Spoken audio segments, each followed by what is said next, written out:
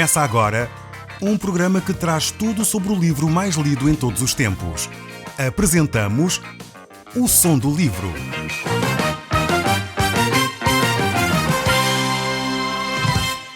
Seja muito bem-vindo. Neste podcast vai encontrar o livro mais conhecido e lido em todo o mundo. Vamos levá-lo numa viagem pela história da humanidade. Este é um audiolivro para si, para a sua família e sociedade em geral. Contextualização e comentários de Paulo Chaveiro.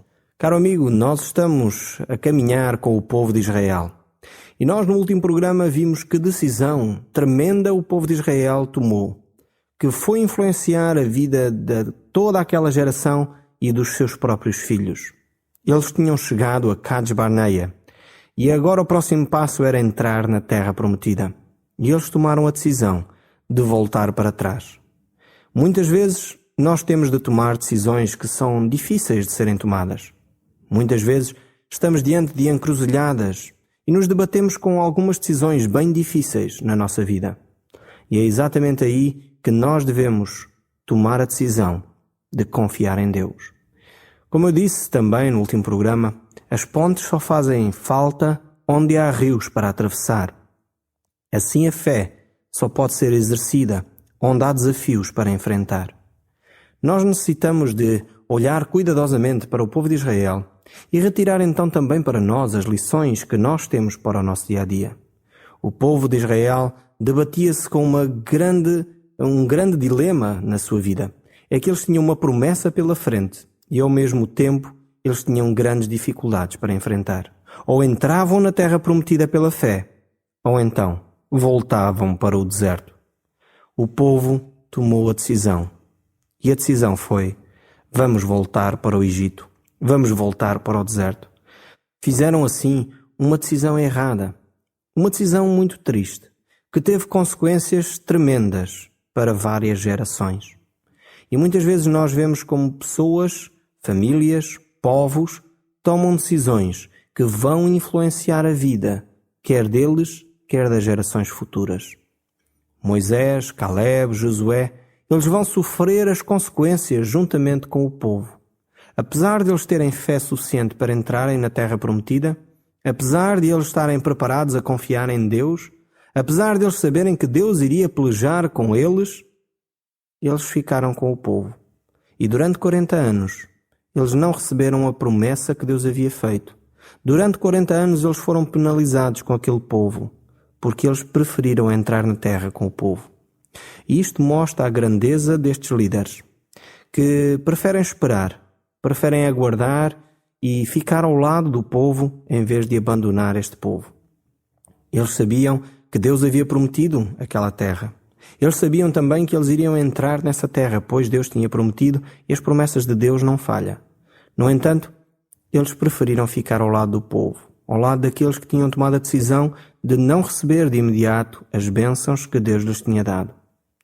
Estes homens, de facto, eram homens tremendos. Homens, talvez, como poucos que nós, se calhar hoje, já não encontramos homens deste género. Pessoas que estão, de facto, capacitadas para liderar, enfrentar as murmurações e as críticas e, mesmo assim, manterem-se com uma atitude humilde, mansa, como já vimos também num outro programa, que Moisés era um dos homens mais mansos ao cimo da terra, os quais não havia outro igual a ele, e se mantiveram ali ao lado do povo.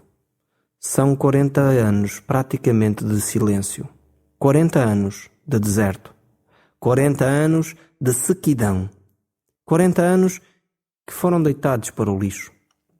O povo poderia sair do Egito e chegar à terra prometida talvez em 40 dias. Porém, com a sua incredulidade, só entraram 40 anos mais tarde.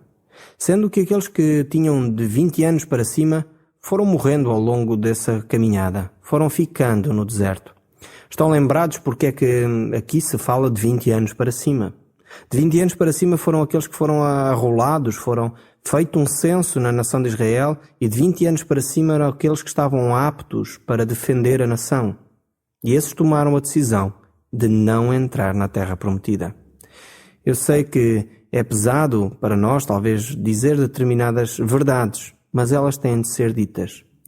E a verdade é que, assim como o povo de Israel passou a viver vagueando pelo deserto, praticamente sem rumo, Assim vivem muitos cristãos. Vivem muitos cristãos no nosso país que são cristãos que vivem sem rumo. Como se estivessem apenas a viver um dia após outro sem sentido, vagueando pelo deserto da vida. Quando deveríamos, no fundo, entrar nessa terra prometida, tomar posse das bênçãos que Deus tem para nós, dessas riquezas espirituais que nós obtemos através da pessoa de Jesus Cristo, que não tem a ver com os nossos méritos, mas tem a ver com a fé que depositamos em Cristo. E, no fundo, deveríamos ter um rumo, um caminho, um alvo, porque somos cristãos. Somos cristãos e, por essa razão, podemos seguir a Cristo, ter um caminho que é o próprio Jesus Cristo. O apóstolo Paulo nos diz: uma coisa eu faço, e esquecendo-me das coisas que para trás ficam, eu avanço para as que diante de mim estão. Prossigo para o alvo, pelo prémio da soberana vocação de Deus em Cristo Jesus. O povo de Israel passou um período horrível, e nós iremos conhecer melhor o comportamento deste povo durante aquele período. Vamos vê-lo no livro de Josué quando lá chegarmos. Lá veremos como durante 40 anos o povo de Israel não circuncidou os seus filhos. Durante aquele tempo, eles não fizeram a vontade de Deus. Durante aquele tempo, eles não receberam sequer a promessa de Deus que Deus havia dado a Abraão, seu filho. Não estiveram muito preocupados sequer com essa aliança que Deus havia feito. Vamos também ver que eles estavam muito pouco relacionados com os sacrifícios de louvor a Deus, com os atos de culto a Deus. E no fundo, é aquilo que cada um de nós faz. Quer dizer, quando tomamos uma decisão de nos afastarmos da vontade de Deus, normalmente nós vamos sofrer as consequências disso. Vemos como este povo, de facto, durante aqueles 40 anos, não se relacionou praticamente com Deus. Isso encontramos no livro de Amós, capítulo 5, onde diz, no verso 25, apresentaste-me vós sacrifícios e ofertas de manjar no deserto por 40 anos, ó casa de Israel?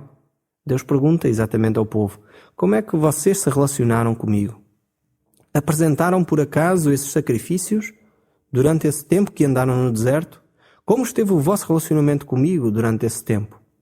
O próprio Estevão, quando estava a fazer o seu relatório, isto já no Novo Testamento, no livro dos Atos, no capítulo 6, ele diz, naqueles dias fizeram um bezerro e ofereceram sacrifício ao ídolo, alegrando-se com as obras das suas mãos. Mas Deus se agastou e os entregou ao culto da milícia celestial, como está escrito no livro dos profetas. Ó casa de Israel, porventura me ofereceste vítimas e sacrifícios no deserto pelo espaço de 40 anos? E acaso não levantaste o tabernáculo de Maloque e as estrelas do Deus de Refã, figuras que fizeste para as adorar? Por isso vos desterrei para além da Babilônia. Isto se refere ao povo de Israel quando mais tarde foi levado então cativo. Podemos ver como esta atitude que o povo teve de querer voltar ao Egito, de querer voltar para o deserto, teve consequências terríveis para a nação de Israel, mas também para as várias gerações que o sucederam. No capítulo 15, nós vamos então continuar a ler, e o verso 1 diz assim, o Senhor disse a Moisés que fosse comunicar aos filhos de Israel as seguintes ordens. Quando entrarem no país que eu vos vou dar, para nele habitarem, devem apresentar-me uma oferta para ser queimada em minha honra, quer seja um holocausto ou um sacrifício de comunhão, em cumprimento de uma promessa ou uma oferta voluntária, ou por ocasião de uma festa. Quando oferecerem uma cabeça de gado, miúdo ou graúdo, em sacrifício agradável ao Senhor, devem apresentar também, juntamente com o sacrifício, uma oferta de cereais, consistindo em 2 quilos da melhor farinha, amassada com 1 litro de azeite. É interessante notar este capítulo 15.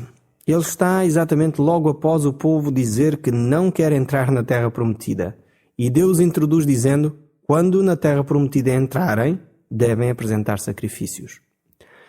Deus mostra que a sua promessa não vai falhar. Deus diz, eu prometi, o povo vai entrar. Talvez não entre esta geração, mas a próxima entrará. E quando a próxima entrar, então me irá honrar, irá mostrar que me honra e me adora através dos sacrifícios. Os propósitos de Deus são imutáveis. Nós podemos ver que uma geração recusou fazer a vontade de Deus, porém Deus começa a já dar novas instruções para a próxima geração. Começa a mostrar que aquela nova geração que irá surgir será uma geração diferente, uma geração obediente a Deus. E estas instruções devem ser praticadas quando eles entrarem na terra que Deus havia prometido.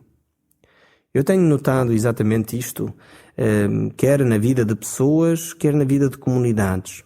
Muitas vezes, determinadas comunidades passam ao lado das bênçãos que Deus tem para eles. Desperdiçaram por desobediência, falta de fé ou pecados, muitas vezes estabelecidos na comunidade ou na pessoa, e por vezes é necessário espaçar uma geração. E só a geração seguinte vem e recebe as bênçãos que Deus tinha para eles. O meu desafio e a lição que eu creio que nós devemos tirar daqui é não desperdice a sua geração. Toma as decisões certas neste momento. Não deixe, como diz o povo, para amanhã a decisão que deve tomar hoje.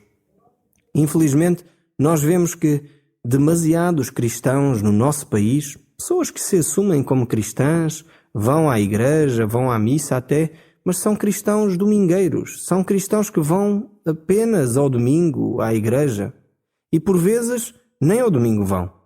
Por vezes não têm relacionamento absolutamente nenhum com Deus. Para ser cristão é necessário receber a Cristo. Não se nasce cristão. Eu quero deixar isso muito claro. A Bíblia mostra claramente que não se nasce cristão. Ser cristão é uma decisão individual. Cada um pode receber a Cristo na sua vida. Não é porque eu nasci num país cristão, nem é porque os meus pais foram cristãos que eu sou cristão. Eu sou cristão por uma decisão pessoal, porque reconheci que Cristo faz sentido para a minha vida, porque reconheci que só através de Cristo eu posso ter um relacionamento íntimo com Deus, porque eu reconheci que só através de Cristo eu posso ter os meus pecados perdoados. E quando eu reconheço isso e confesso isso, então eu passo a ser um cristão. Eu não sou cristão porque nasci num lar cristão. E é exatamente quando eu me torno cristão, aí faz sentido eu passar a viver Cristo em todos os lugares onde eu estou. Seja no meu trabalho, seja na escola, na faculdade, seja na minha casa, seja ao domingo na igreja, seja onde eu estiver, eu devo viver o cristianismo. Mesmo à segunda-feira, eu devo viver o cristianismo. Mesmo à terça ou à quarta, eu devo viver o cristianismo. Os valores cristãos são para ser vividos em qualquer momento. E é exatamente isto que Deus está a dizer aqui à nação de Israel. Esta geração passou ao lado da proposta que eu tinha para eles. Mas a próxima geração não irá passar, porque os meus propósitos são imutáveis. E ainda que alguns não os queiram para si, outros irão querer. E quando esses adotarem os princípios de vida que eu tenho, quando esses adotarem as promessas que eu tenho para eles, quando esses receberem, no fundo, as bênçãos que eu tenho para lhes dar, então eles devem ter um determinado comportamento. Eles devem ter uma determinada atitude. E é exatamente isso que Deus começa a dar neste capítulo 15 do livro de Números, dizendo que devem trazer sacrifícios. Então vemos que Deus é um Deus que cuida, de facto, do seu povo. É um Deus que não despreza, ao mesmo tempo, as nossas decisões. Mas, ao mesmo tempo, Deus as integra e Deus vai mostrar que as suas promessas e a sua palavra não falha. Vemos, então, depois que Deus continua a tratar com este povo. No texto que estamos a estudar, o povo de Israel criou para si uma espécie de férias para viverem isentos das leis e das práticas religiosas. Quer dizer, para viverem à revelia da vontade de Deus. E isso iria ter consequências tremendas na sua própria vida e na vida dos seus filhos. E nós encontramos então agora no verso 24. E diz o texto: será que quando se fizer alguma coisa por ignorância e for encoberto aos olhos da congregação, toda a congregação oferecerá um novilho para holocausto de aroma agradável ao Senhor, como a sua oferta de manjar e libação, segundo o rito, e um bode para a oferta pelo pecado. O povo não tinha optado por entrar para a terra prometida. O povo não chegaria à Palestina senão 40 anos depois. Porém, Deus vai dar leis e normas, orientações para o povo, que devem de obedecer quando lá chegarem. E mesmo aqueles pecados de ignorância, mesmo aqueles pecados que a pessoa não se lembra, eles deveriam de oferecer sacrifícios por eles, para que não houvesse de facto barreira alguma entre o povo e Deus. No verso 37 a 41, ainda deste capítulo 15 do livro de Números, nós vemos o seguinte: disse o Senhor a Moisés: fala aos filhos de Israel E diz-lhes que nos cantos das suas vestes façam borlas pelas gerações, e as borlas de cada canto presas por um cordão azul. E as borlas serão ali para que, vendo-as, vos lembreis de todos os mandamentos do Senhor e os cumprais. Não seguireis os desejos do vosso coração, nem os dos vossos olhos, após os quais andais adulterando, para que vos lembrais de todos os meus mandamentos e os cumprais, e santos sereis a vosso Deus. Eu sou o Senhor, vosso Deus, que vos tirei da terra do Egito, para vos ser por Deus. Eu sou o Senhor, vosso Deus. Aqui temos então uma descrição interessante até da forma como o povo se deveria vestir, ter um cordão à volta da cintura, um cordão azul, com estas bolas que deveriam então estar nos cantos das suas vestes, e eles deveriam ter isto sempre para se lembrarem dos mandamentos de Deus. A cor azul, ou como algumas traduções têm a cor violeta, representa o céu, representa o estar em comunhão com Deus. Esta cor devia fazer lembrar o povo da sua relação com Deus, que eles não são de facto desta terra. Eles eram peregrinos e eles estavam a chegar agora à terra prometida. Assim como cada um de nós deveria ter bem presente na nossa mente que quem pertence a Cristo deveria viver os valores de Cristo. Jesus disse: vós estáis no mundo, mas não sois do mundo, como eu do mundo não sou. Ou seja, o que é que Cristo estava a querer dizer aqui? Que os nossos valores não são os mesmos valores daqueles que não conhecem a Deus. Quem conhece a Deus deve ter valores diferentes. Deve priorizar valores como o amor ao próximo, o respeito mútuo. Deve priorizar valores como a verdade, a honestidade, a integridade. Muitas vezes verificamos que aqueles que não conhecem Deus, aqueles que não conhecem Jesus, ainda que por vezes se chamem cristãos, mas que não têm essa relação com Deus, não dão muita importância a estes valores. Com facilidade mentem, com facilidade são corruptos, com alguma facilidade enganam e não sentem um mínimo peso na consciência por isso. E é por isso que Jesus diz: nós não somos deste mundo. Os nossos valores são valores que vêm do céu. Por isso aquele cordão que o povo de Israel deveria ter à volta da sua cintura era um cordão que deveria lembrar a sua pátria celestial. Era um cordão que lhes deveria lembrar quais de facto eram os seus valores, qual a sua origem e para onde caminhavam. E agora finalmente chegamos ao capítulo 16, onde vamos encontrar aqui registados coisas interessantíssimas para a vida do povo de Deus durante aquele período no deserto.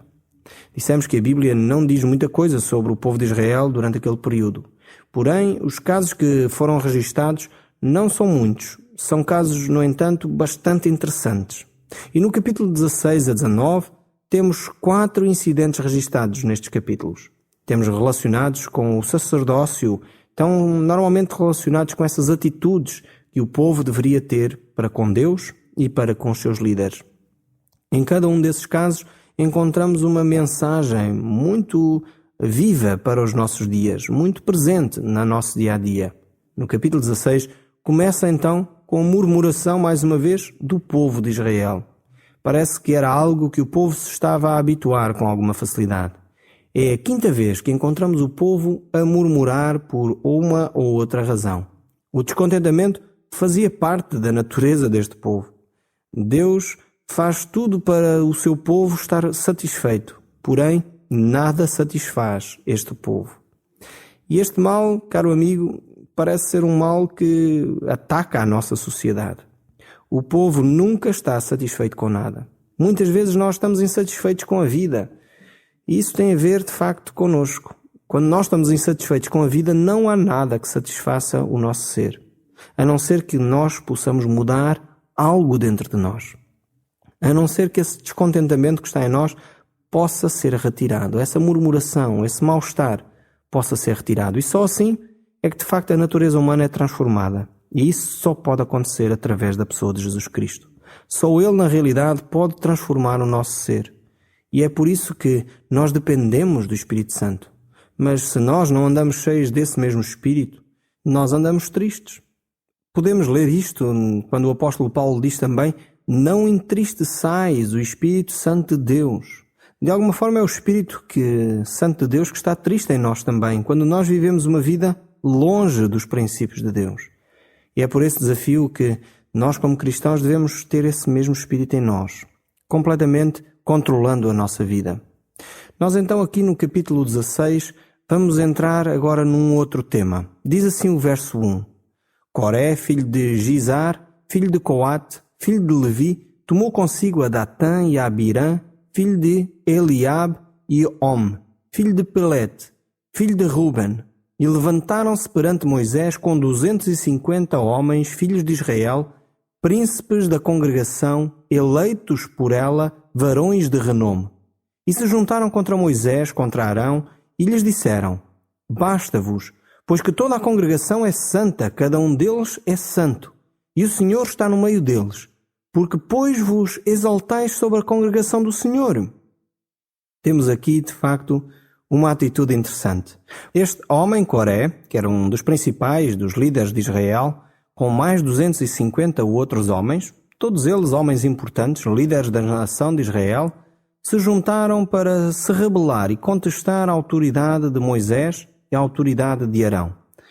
Eles estavam a afirmar ou a querer insinuar que Moisés de alguma forma tinha agido como um ditador, não dava liberdade ao povo, e que o povo até era santo, um povo temente a Deus, um povo que Deus havia escolhido para ele. Estavam a desprezar na realidade a autoridade que Deus havia dado a Moisés. Tinha sido Deus que tinha chamado Moisés para esta tarefa, tinha sido Deus que tinha constituído Arão para esta tarefa também, e agora Coré e um grupo de príncipes se levantam contra a liderança destes homens que Deus havia estabelecido. Será que de facto eles têm razão? Que o povo é santo e que já não necessitam de Moisés e Arão? Será que de facto a rebeldia de Coré vai prevalecer e a sua liderança se vai estabelecer? Será que Moisés vai de facto abandonar o povo agora? Isso é o que nós vamos ver no próximo programa. O Som do Livro, uma produção da Rádio Transmundial de Portugal.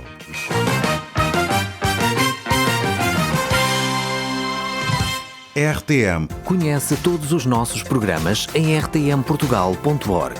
Uma produção da Rádio Transmundial de Portugal.